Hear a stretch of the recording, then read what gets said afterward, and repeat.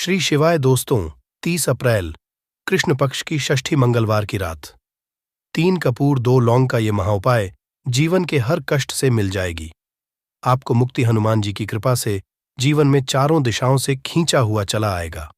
धन दोस्तों, ये जो मंगलवार 30 अप्रैल 2024 को पड़ने जा रहा है, ये कोई सामान्य सा मंगलवार नहीं होगा, बल्कि ये बड़ा मंगलवार होगा।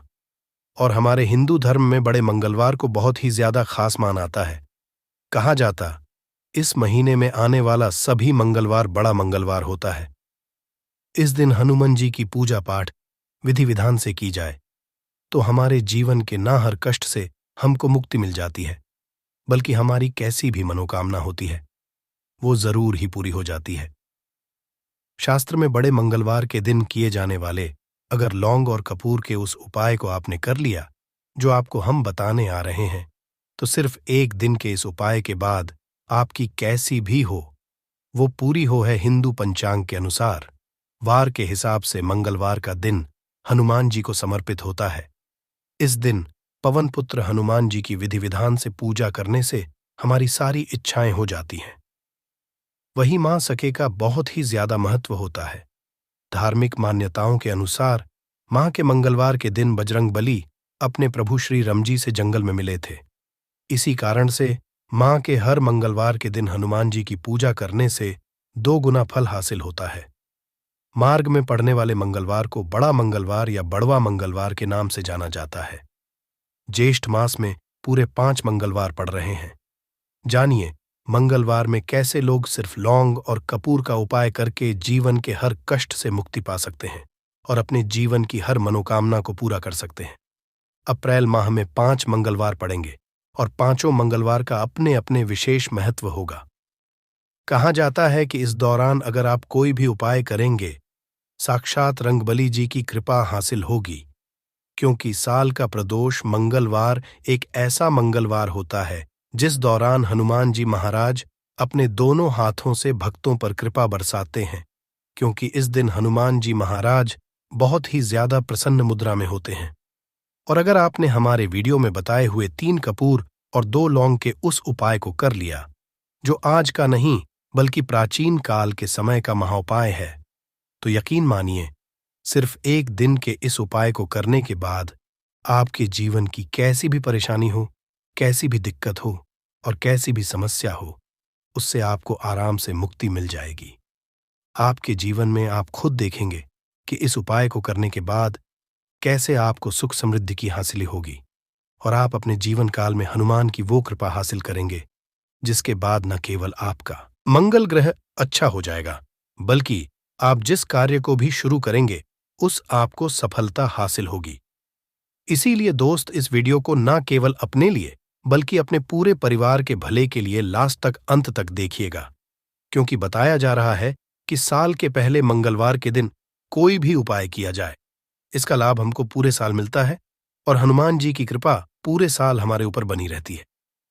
इसीलिए अगर आप भी चाहते हैं कि हनुमान जी की कृपा आप पे और आपके परिवार पर सदैव बनी, हनुमान जी के आशीर्वाद, आप अपने बहुत ही उन्नति करें, बहुत ही आगे जिस कार्य को भी शुरू करें उस कार्य में आपको सफलता हासिल हो, तो दोस्तों पूरी सच्ची श्रद्धा और पूरे विश्वास के साथ तुरंत आप इस वीडियो को लाइक कर दीजिए और कमेंट बॉक्स में तुरंत लिख दीजिए, जय श्री राम, जय बजरंगबली जी की। और एक काम कीजिएगा, कमेंट बॉक्स में अपनी राशि भी डाल दीजिएगा। आपकी राशि के अनुसार कोई भी उपाय होगा जिसको करके आप बड़े मंगलवार के दिन कोई भी लाभ पा सकते हैं, वो दोस्त आपकी कमेंट के रिप्लाई में बता देंगे आपको। इसलिए पहले तो आप वीडियो लाइक कर दीजिए और कमेंट बॉक्स में अपनी राशि डालना मत भूलिएगा। देखिए दोस्तों, एक बात का ध्यान रखिएगा, कहा जाता अगर आप सभी मंगलवार को पूजा पाठ उपाय करते हैं तो इससे आपके जीवन में कभी भी आपको कष्टों का सामना नहीं करना पड़ता है, क्योंकि जो हनुमान जी होते हैं वो अपने सभी भक्तों के कष्टों को हर लेते हैं। इसीलिए संकट मोचन भी कहा जाता है। और अगर आप हैं कि मंगलवार के दिन आपकी पूजा सिद्ध हो जाए, तो दोस्तों इसके लिए आपको 10-12 मंगलवार पूजा पाठ करना पड़ता है, परंतु मार्गशीर्ष के सभी मंगलवार ऐसा मंगलवार होता है जिस दिन आप कोई भी पूजा करेंगे वो पूजा उसी दिन आपकी सिद्ध हो जाएगी, जैसा हम आपको वीडियो की शुरुआत चुके हैं, हनुमान जी महाराज इस दिन बहुत ही ज्यादा मुद्रा में होते हैं। तो ये जितने भी हम आपको उपाय बताने आ रहे हैं, ये मंगलवार के दिन किस मुहूर्त पर आपको करना है, ये आपको थोड़ा ध्यान रखना होगा। सही मुहूर्त पर किया गया यह उपाय आपके जीवन को पूरी तरह से बदल देगा। न केवल आपको आपके भाग्य के साथ मिलेगा, बल्कि इन उपायों को करने के बाद आपका और आपके पूरे परिवार का भला होगा। इसीलिए इस वीडियो को बहुत ध्यान से लास्ट तक, अंत तक देखिएगा। और अभी तक आपने वीडियो को लाइक नहीं किया है, वीडियो को कर दीजिए। देखिए, सबसे पहला उपाय है मनोकामना पूर्ति का महाव। आपकी कैसी भी मनोकामना है, आप चाहते हैं कि आपकी जो भी मनोकामना है, भी इच्छा है जो बहुत दिन से लटकी हुई है, वो पूरी हो जाए, तो ये उपाय कर लीजिए जो आपको हम बताने वाले हैं मंगलवार के दिन। आप सबसे पहले ये ध्यान रखना है कि ये जो 2 अप्रैल 2024 को मंगलवार पड़ने जा रहा है, इस दिन आपको सुबह उठ करके नहाना है, धोना है। नहाने धोने के बाद आपको लाल वस्त्र का धारण करना है, क्योंकि लाल रंग हनुमान जी महाराज को बहुत ही प्रिय होता है। अब आपको पीतल का पात्र लेना है, पीतल की कटोरी ले लीजिए। पीतल का पात्र जैसा आप स्क्रीन पर देख पा रहे हैं, ये ले लीजिए। 3 कपूर और 2 लौंग रखना है। बहुत ध्यान से सुन दोस्तों, 3 कपूर और 2 लौंग रखना है। अब आपको घर से किसी भी मंदिर जाना है। हनुमान मंदिर जाने के बाद इसको आपको जलाना है और इसी से हनुमान जी की आरती करना है। यहाँ करने जो राख बन गई है कपूर और लौंग की, इसी राख को किसी भी डिब्बे में भर लीजिए। आप पूरे मंगलवार आप लोगों को इसके तिलक का धारण करना है। अगर आप यहाँ करते हैं तो मान्यता है उपाय करने भर से आपकी कैसी भी मनोकामना होती है, वो हनुमान जी महाराज के आशीर्वाद से जरूर ही पूरी हो जाती है। दूसरा उपाय है दोस्तों, नौकरी हासिली का महाउपाय। अगर आपकी नौकरी नहीं लग रही है, आप इस चीज को लेकर के बड़ा ही परेशान हैं, तो आपको क्या करना, मंगलवार किसी भी समय, सुबह से शाम किसी भी समय आप लोग जाइए हनुमान जी के मंदिर में और मीठे पान का हनुमान जी महाराज को चढ़ाइए। ऐसा करने भर से हनुमान जी महाराज की वो कृपा आपको हासिल होगी कि जो आपकी मनचाही नौकरी होगी वो लग जाएगी। तीसरा उपाय है बंद पड़े व्यापार को चढ़ाने का महाउपाय। अगर आप चाहते हैं कि आपका बंद पड़ा व्यापार चल पड़े, तो आपको क्या करना चाहिए। देखिए, हनुमान जी महाराज को लड्डू बहुत ही पसंद है, परंतु एक बात का ध्यान रखिएगा, लड्डू कौन सा चढ़ाया जाता है, बूंदी का या बेसन का लड्डू। इन दोनों लड्डू में से आपको कोई भी लड्डू का भोग महाराज को चढ़ाना है। परंतु सबसे जरूरी बात यह है, जब भी आप लड्डू का भोग हनुमान जी महाराज को चढ़ा रहे हो, उसमें एक तुलसी का पत्ता जरूर ही रख दीजिएगा, क्योंकि कहा जाता है हनुमान जी महाराज को कोई भोग लगाया जाए और उसमें तुलसी का पत्ता ना रखा जाए तो भोग पूरा नहीं समझ आ जाता है। तो आप 2024 के बड़े मंगल के दिन के लड्डू या बूंदी के लड्डू में एक तुलसी का पत्ता रखकर कि हनुमान जी महाराज को चढ़ाना है। ऐसा करने भर से मान के चलिए दोस्तों, आपका बंद पड़ा व्यापार चल पड़ेगा। चौथा, अगर आपके घर की बरकत नहीं हो रही, उन्नति नहीं हो रही, अगर आप लोग इस बड़े मंगलवार के दिन हनुमान जी महाराज को जाकर के लाल चूड़ा चढ़ाते हैं, तो मान के चलिए आपके घर की जो बरकत रुकी हुई है, उन्नति रुकी हुई है, वो होना शुरू हो। तरीके दोस्तों, लंबे समय से अगर आप बीमारी से जूझ रहे हैं, आप चाहते हैं कि ये जो बीमारी आपके जीवन से हमेशा के लिए चली जाए, तो आपको क्या करना होगा, बहुत ध्यान से सुनिएगा जो आपको हम बताने जा रहे हैं।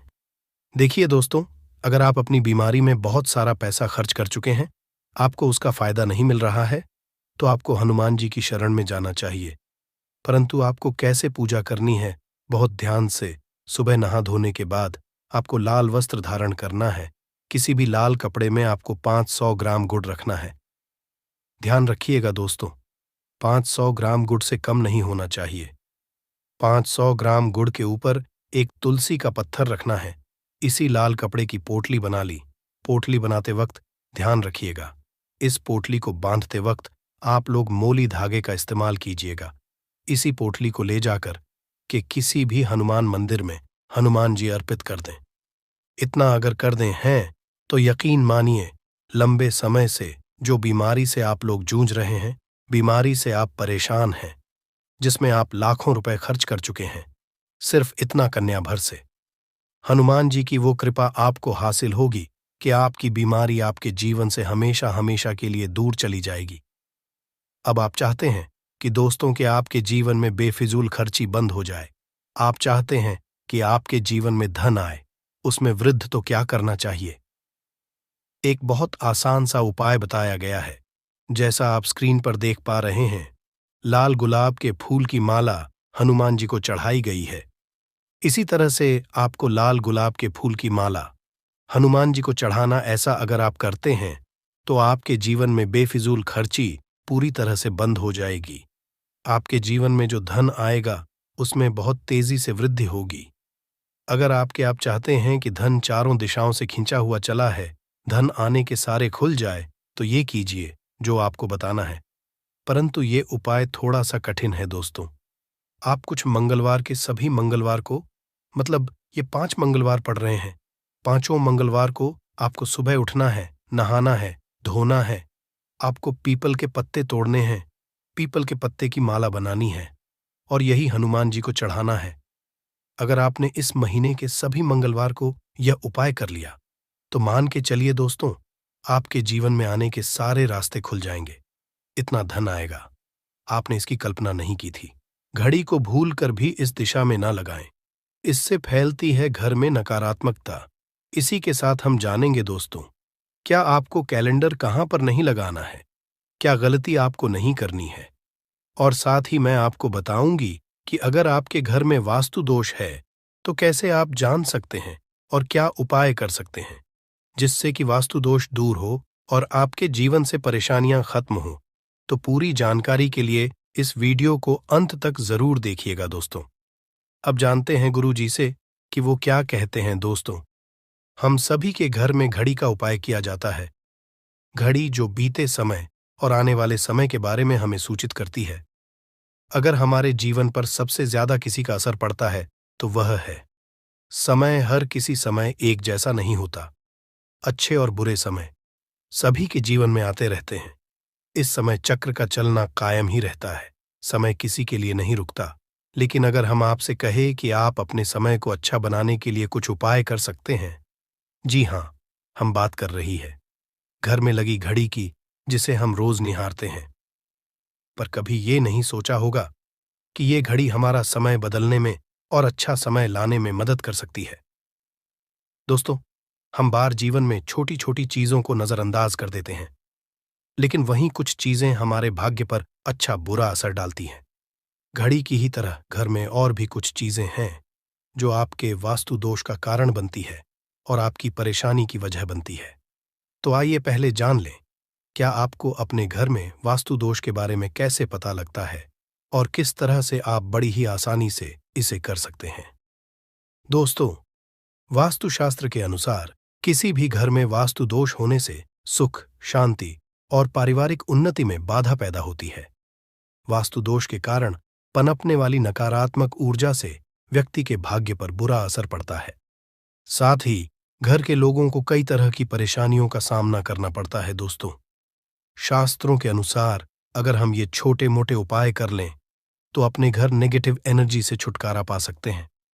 तो आइए जानते हैं, लेकिन उससे पहले दोस्त, आपसे रिक्वेस्ट है कि वीडियो को लाइक करें, अपने दोस्तों के साथ शेयर करें, और अगर आपने अभी तक चैनल को सब्सक्राइब नहीं किया तो सब्सक्राइब करके बेल आइकॉन जरूर प्रेस कर लें। दोस्तों, नंबर 1, जीवन में तरक्की पाने के लिए रोज पहली रोटी गाय को दें, पीपल को जल चढ़ाएं और चींटियों को मिला आटा दें। तांबे के लोटे में जल लाल चंदन मिलाकर रात को अपने सर के पास रखकर सो जाएं। सुबह उस जल को तुलसी को चढ़ा दें। ऐसा करने से आपकी परेशानियां धीरे धीरे दूर हो जाएंगी। नंबर 2, वास्तु के मुताबिक अगर आपके घर में तिजोरी है और आप उसके सामने शीशा लगा दें तो इससे धन में बरकत होती है।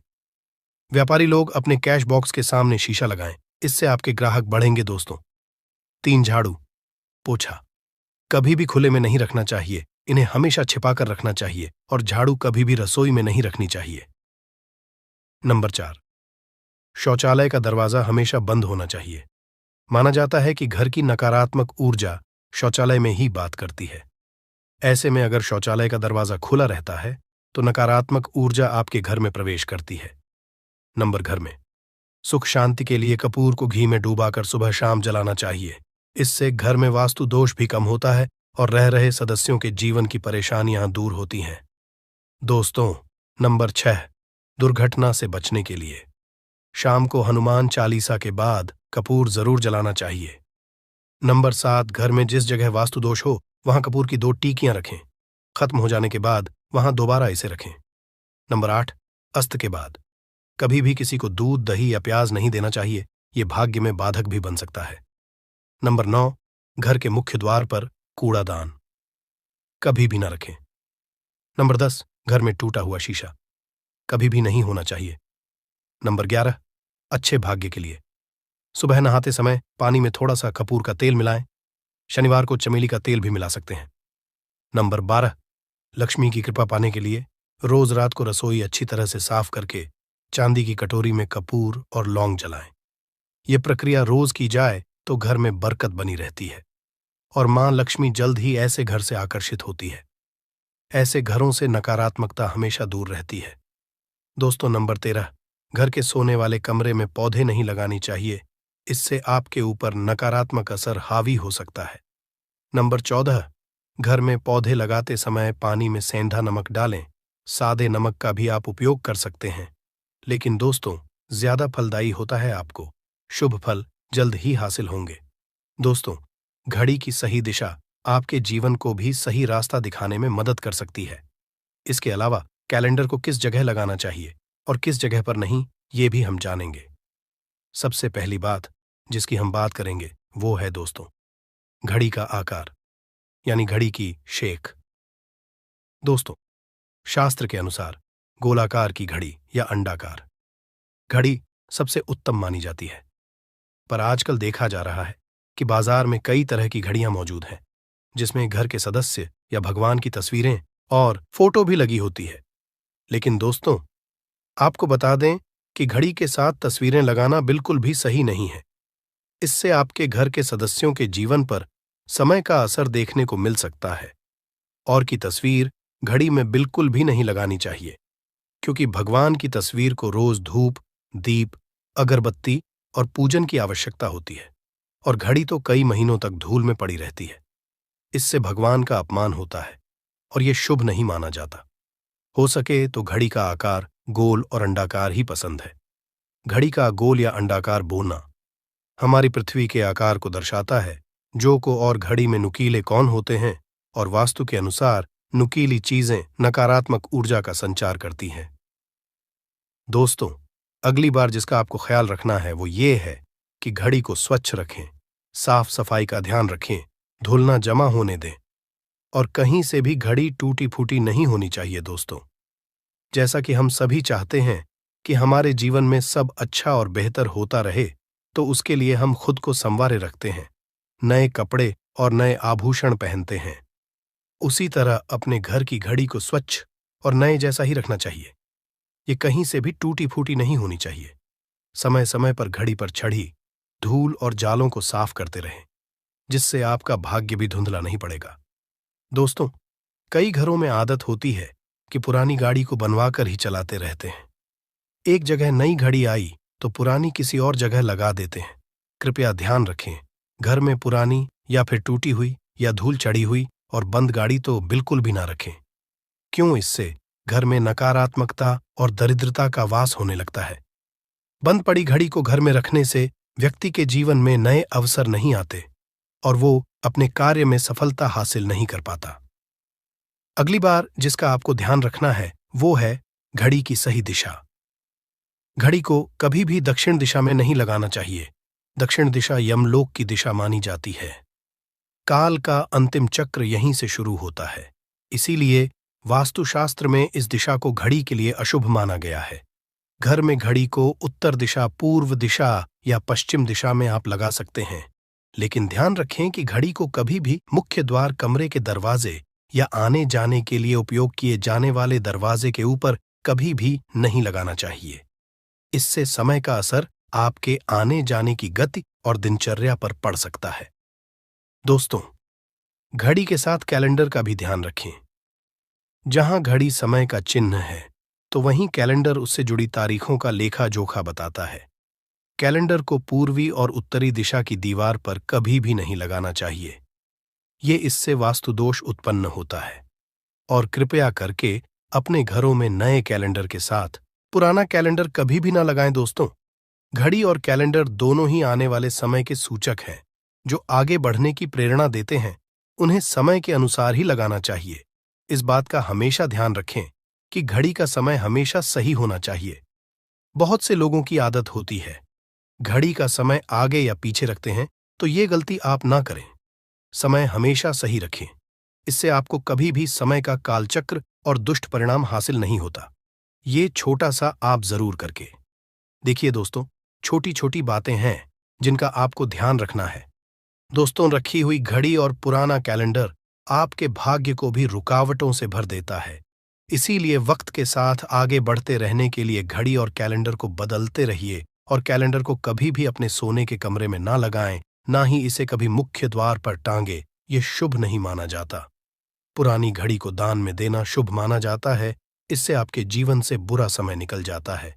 इसीलिए अगर आपके घर में कोई पुरानी घड़ी है जो टूटी फूटी ना हो और खराब ना हो, तो वो आप किसी जरूरतमंद को दान में जरूर दें। दोस्तों, हमारे हिंदू संस्कृति में प्रत्येक घर में प्रतिदिन पूजा पाठ करने की परंपरा है। और इसके लिए सभी अपने घरों में अपने आराध्य का छोटा सा ही क्यों ना हो, परंतु एक मंदिर अवश्य ही बनाते हैं। नियमित पूजा पाठ करने से न सिर्फ मानसिक शांति मिलती है, बल्कि पूरे घर में सकारात्मक ऊर्जा भी व्याप्त हो जाती है। परंतु यह बात भी सच है कि पूजा पाठ करने के कुछ नियम भी होते हैं, जिन्हें यदि हम कर देते हैं तो हमें हमारी पूजा का पूरी तरह से फल हासिल नहीं होता। पूजा करने के नियम प्राचीन काल से ही चले आ रहे हैं, जो कि एक ठोस धरातल पर आध्यात्मिक और वैज्ञानिक दोनों ही दृष्टिकोण से ध्यान में रखकर बनाए गए हैं। इसलिए हमें इन नियमों को बिल्कुल भी अनदेखा नहीं करना चाहिए। ऐसा ही एक महत्वपूर्ण नियम है नाद, यानी कि पूजा करते समय हम जब घंटी बजाते हैं, उसे बजाने के लिए शास्त्रों कुछ नियम निर्धारित किए गए हैं। शास्त्रों में देवताओं के सामने घंटी बजाने का बहुत अधिक महत्व बताया गया है, जिसे हम इस कृष्ण श्लोक के द्वारा समझ सकते हैं। आगम अर्थमतु देवानाम गमन अर्थम तु राक्षसाम घन्यथा रावम करुमियादो। देवता आह्वान चरण, इसका अर्थ है कि घंटी बजाने से देवताओं का आगमन और राक्षसों का गुमान होता है, और जो घंटियां राक्षसों से हमारी रक्षा करती है उसे हमारा नमन है। तो चलिए दोस्तों, जान लेते हैं कि पूजा करते समय जब हम घंटी बजाते हैं तो उसके पीछे क्या कारण है, घंटी को बजाने के क्या नियम है, और पूजा के वक्त घंटी बजाते समय होने वाली गलतियां कौन सी है जो हमें भूल कर भी नहीं करनी चाहिए। दोस्तों, क्या आपने कभी अपने घर के मंदिर में रखी हुई घंटी को ध्यान से देखा है? अगर आप ध्यान से देखेंगे तो आपको घंटी के ऊपरी हिस्से पर, यानी जहां से हम इसे पकड़ते हैं, उस पर गरुड़ बना हुआ देता है। अंततः घर पर जो हम घंटी इस्तेमाल करते हैं उसे गरुड़ घंटी कहा जाता है। पूजा करते समय गरुड़ घंटी का उपयोग भगवान को आमंत्रित करने, अर्थात भगवान का आवाहन करने के लिए किया जाता है, जिससे एक सुंदर ध्वनि से भगवान का आवाहन करने का आभास होता है। जब हम विधि विधान से पूजा करते हैं तो उसमें घंटी का उपयोग अवश्य रूप से करते हैं। पूजा संपन्न होने पर आरती करते विशेष रूप से नाद होना चाहिए, नहीं तो हमारी पूजा आदि अधूरी मानी जाती है। परंतु हम में से अधिकांश लोग इसे मात्र एक सामान्य प्रक्रिया मानते हैं और पूजा करते समय घंटी बजाना भूल जाते हैं। तो आइए जानते हैं उन नियमों के बारे में। मतलब आज की वीडियो पूरी तरह से आपके प्रश्नों पर आधारित है, जिनका उत्तर मैं आपको शास्त्रों के अनुसार देने का पूरा प्रयास करूंगा। तो वीडियो को पूरा जरूर देखें, और अगर आपको आज की वीडियो अच्छी लगे तो इसे लाइक जरूर कीजिए। जय मां लक्ष्मी आपके इस वीडियो को जो भी लाइक और चैनल को सब्सक्राइब करें, उसके जीवन में कभी भी धन की कमी ना होने देना। दोस्तों, हमारे प्राचीन शास्त्र की मान्यता है कि सृष्टि के निर्माण के समय सबसे पहले जो बड़ी सी ध्वनि निकली थी वह घंटी की आवाज के समान सुनाई दी थी। घंटी की ध्वनि में ओमकार नाथ का भी आभास होता है, इसलिए घंटी को ईश्वर की आवाज मानते हुए पूजा में स्थान मिला है। इसलिए घंटी का कभी भी अपमान न करें, और जिस तरह से देवी देवता की पूजा की जाती है वैसे ही घंटे की भी पूजा करनी चाहिए। दूसरी बात, घंटी को प्रणाम करके ही उसे बजाना चाहिए। बिना प्रणाम किए घंटी बजाना अच्छा नहीं समझा जाता दोस्तों। आपने अक्सर यह महसूस किया होगा कि पूजा करते समय जैसे ही घंटी बजाई जाती है तो पूरे घर के साथ साथ संपूर्ण वातावरण शुद्ध और पवित्र सा हो जाता है और चारों ओर सकारात्मकता फैल जाती है। परंतु यदि हम नियमों को नजरअंदाज कर देते हैं तो हमें इसका संपूर्ण फल नहीं मिल पाता है। दोस्तों, अधिकतर लोग पूजा संपन्न होने पर सिर्फ आरती के समय ही घंटी बजाते हैं, परंतु यह भी ध्यान रखिए कि भगवान को जल अर्पण करते समय, धूप दीप लगाते समय, नैवेद्य अर्पण करते समय नाद करना चाहिए। ऐसा करने से हमारी पूजा संपन्न मानी जाती है। दोस्तों, घंटी बजाते समय भगवान का नाम अथवा आरती अवश्य बोलनी चाहिए। 1 या 2 मिनट ना हो, परंतु प्रतिदिन सुबह शाम घर में घंटी अवश्य बजानी चाहिए। यदि आपको अपने घर में या अपने आप में नकारात्मकता महसूस हो तो आप थोड़ी देर के लिए भगवान के सामने घंटी अवश्य बजाए। सारी नकारात्मकता नष्ट हो जाएगी दोस्तों। पूजा घर में शनि महाराज एकांत, विरह, उदासीनता और वैराग्य के देवता माने जाते हैं, जबकि गृहस्थी को चलाने के लिए राग, प्रेम एवं भौतिक चीजों की जरूरत होती है। इसलिए शनि की मूर्ति को घर में नहीं लाना चाहिए। दोस्तों, सबसे पहली बात, दीपक और धूप दान की। भारत की परंपरा मिट्टी से जुड़ी हुई है, इसीलिए मंदिर में पारंपरिक मिट्टी का दीपक अवश्य होना चाहिए। अगर आप मिट्टी का दीपक नहीं रख सकते हैं तो धातु के दीपक का उपयोग करें। अगर भगवान में आपकी आस्था ज्यादा हो तो आप उपला रखकर गुड़ और घी का धूप भी दे सकते हैं। ऐसा करने से घर में सुख शांति बनी रहती है। दूसरी चीज, घर के मंदिर में स्वास्तिक अवश्य होना चाहिए। या तो आप इसे बना लें, क्योंकि स्वस्तिक आपके घर की शक्ति, सौभाग्य, समृद्धि और शुभता का प्रतीक समझा जाता है। यही मुख्य कारण है कि कोई भी शुभ कार्य करने से पहले स्वस्तिक का चिन्ह अवश्य बनाया जाता है। तीसरी चीज है कलश। भगवान श्री कृष्ण कहते हैं, कलश सुख और समृद्धि का प्रतीक है। अपने मंदिर में रोली कुमकुम से स्वस्तिक बनाकर उस पर मंगल कलश अवश्य रखें। ऐसा करने से घर में सदैव समृद्धि बनी रहती है और की हासिली होती है। चौथी चीज, बहुत ही कम लोग जानते हैं कि शंख की उत्पत्ति समुद्र से निकले 14 रत्नों के साथ हुई थी। इसी कारण से शंख महालक्ष्मी को अत्यंत प्रिय है। शंख की ध्वनि से सकारात्मक ऊर्जा का भी संचार होता है, इसीलिए मंदिर में शंख अवश्य होना चाहिए। शंख के घर में उपस्थिति से मां लक्ष्मी भी प्रसन्न होती है और उस घर में कभी भी धन की कमी महसूस नहीं होती। पांचवी चीज, मंदिर में आपने घंटी देखी होगी, क्योंकि घंटी को शुभ समझा जाता है। इसीलिए जब जब घर के मंदिर में घंटी की आवाज होती है वहां का वातावरण शुद्ध और पवित्र बनता है। जिस घर में पूजा के दौरान घंटी बजाई जाती है उस घर के आसपास की सभी नकारात्मक शक्तियां दूर हो जाती हैं और साथ ही सुख समृद्धि के द्वार खुलने लगते हैं। तो ये है वे वस्तुएं जिन्हें घर के मंदिर में जरूर रखनी चाहिए। आइए अब जान लेते हैं कि घर के कौन सी चीजें कभी नहीं रखनी चाहिए। सबसे पहली चीज, गणेश जी की मूर्ति घर में। कभी भी गणेश जी की मूर्ति 3 अथवा 5 ऐसी विषम संख्या में न रखें। अपने मंदिर में गणेश जी की सिर्फ 2 मूर्तियां रखें। इसे शुभ समझा जाता है। अगर आप अपने मंगल की कामना करते हैं तो गणेश जी की मूर्ति मुख्य द्वार पर अंदर की तरफ मुख करके लगा ले। कई लोग ये गलती करते हैं कि मुख्य द्वार पर गणेश जी की मूर्ति बाहर की ओर मुख करके लगा देते हैं, जिससे उन्हें काफी नुकसान का सामना करना पड़ता है। अगर आप चाहे तो द्वार के दोनों ओर लगा दें या फिर मुख्य द्वार के अंदर की ओर लगाइए, परंतु बाहर की ओर कभी भी नहीं लगानी चाहिए। दूसरी चीज, टूटे हुए चावल। अपने मंदिर में कभी भी टूटे हुए चावल ना रखें। इसके साथ ही पुराने चढ़ाए हुए चावल अधिक समय तक ना रखें। यह नकारात्मक ऊर्जा फैलाते हैं। यह बात भी ध्यान रहे कि आप मंदिर में रखने वाले चावलों का इस्तेमाल हल्दी में भिगोकर ही करें। इससे अधिक शुभ परिणाम मिलेंगे। 3 की तस्वीरें। इसके साथ ही अगर आपके घर के मंदिर में पूर्वजों की तस्वीरें रखी हुई हैं तो उन्हें तत्काल बाहर निकाल दें। ये आपके परिवार के लिए काफी अशुभ है। धर्म ग्रंथों के अनुसार पूर्वज पूजनीय हैं, परंतु वह देवताओं के बराबर नहीं है। इसलिए अपने पूजा घर में कभी भी मृत परिजनों की तस्वीरें ना रखें। यह आपके लिए अशुभ संकेत है। इसके परिणाम भी काफी घातक हो सकते हैं और मंदिर का वातावरण भी नकारात्मक हो सकता है। इसके अलावा अगर साधु संत को मानते हैं तो उनकी तस्वीर भी घर की किसी दीवार पर लगाएं। उसे पूजा घर में भूल से भी न रखें। ये घर के वातावरण को नकारात्मक बनाता है। इसके साथ ही महाकाली, काल भैरव की मूर्तियां भी पूजा घर में नहीं रखनी चाहिए।